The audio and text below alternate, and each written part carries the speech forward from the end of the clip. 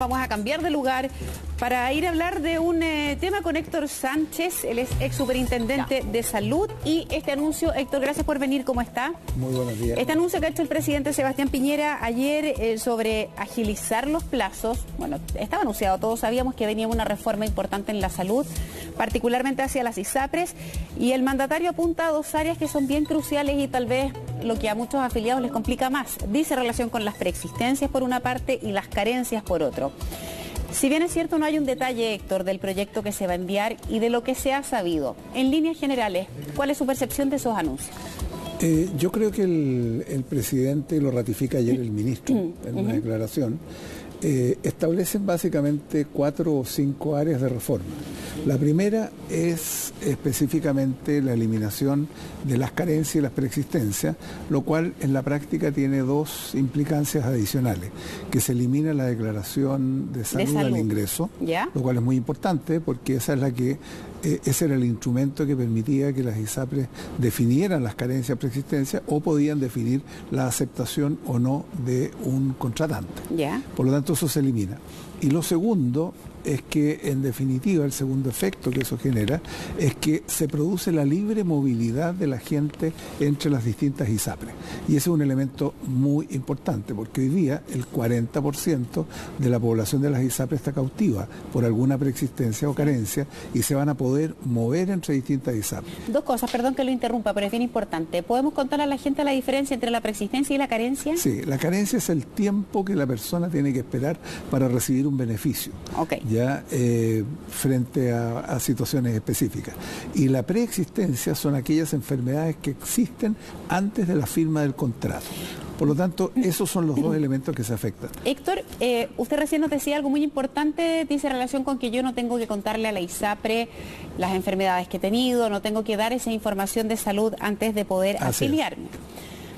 Pero ¿cuánto de efectivo tiene eso si muchas ISAPRES hoy día son dueñas de las clínicas y por lo tanto solo les bastaría agarrar la ficha médica de la clínica, saber mi historial, saber que yo tuve una operación de hernia umbilical, que tuve una operación de una sinusitis crónica, que tuve mi historial médico ya está?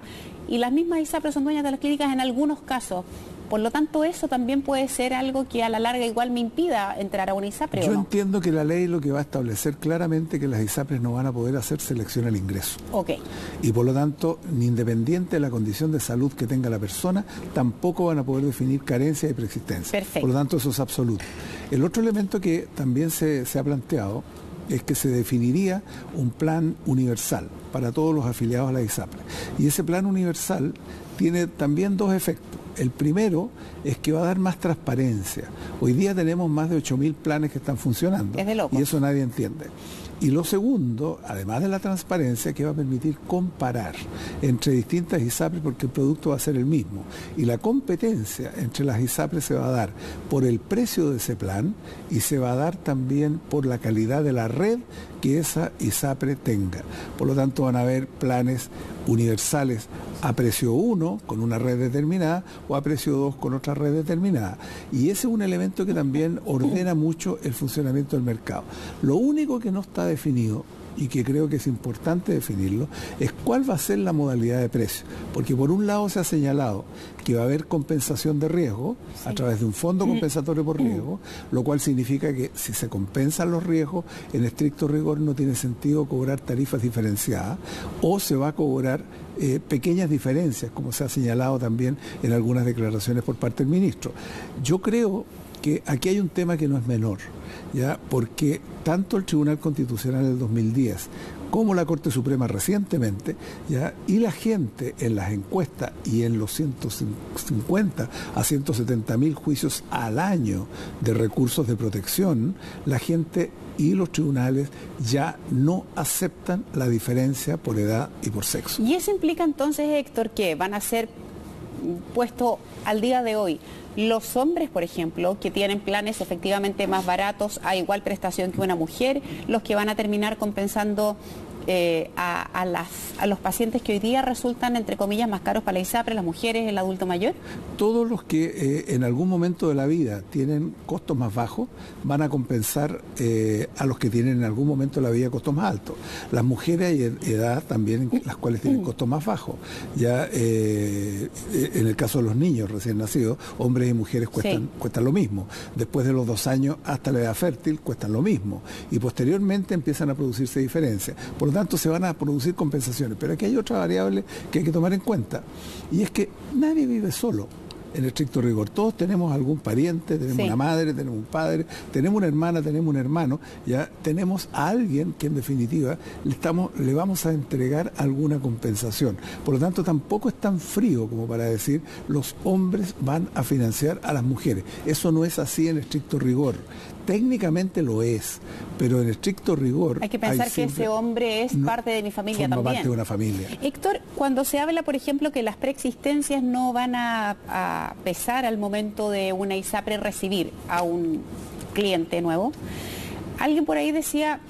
Inevitablemente la salud igual va a costar más cara, porque al final los que son más sanos, siempre, sea hombre, sea mujer, ya llevándolo a un espectro más general, al final los que son más sanos van a terminar teniendo costos de salud más altos, porque van a tener que financiar a todos aquellos pacientes que están entrando a la ISAPRE y que son hipertensos, diabéticos, con algún tipo de patología psiquiátrica, no sé, una depresión endógena, en fin. ¿Es así? Es decir... Ese es el principio básico de los seguros, de que los sanos financian a los enfermos, ¿ya? Y por lo tanto, ¿y cuál es la lógica?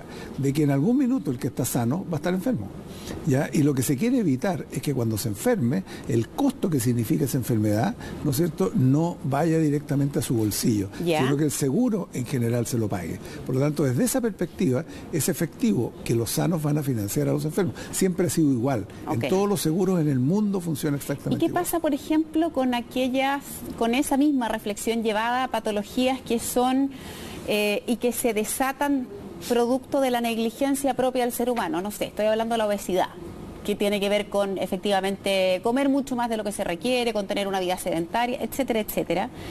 Ahí probablemente hay quienes dicen no resulta justo que yo termine subsidiando la negligencia o el comportamiento irresponsable en materia sanitaria de una persona que termina teniendo patologías, insisto, que no es un cáncer, que no es una depresión, sino que tiene que ver estrictamente con el mal comportamiento. Yo creo que en algún minuto, no ahora, porque ahora recién estamos en la etapa de compensar riesgos. Correcto. ¿Ya? Y los riesgos más básicos. ¿Ya? Pero en algún minuto va a suceder de que en definitiva las personas van a tener que, comillas, pagar por las conductas que irresponsables que tengan respecto de su situación de salud.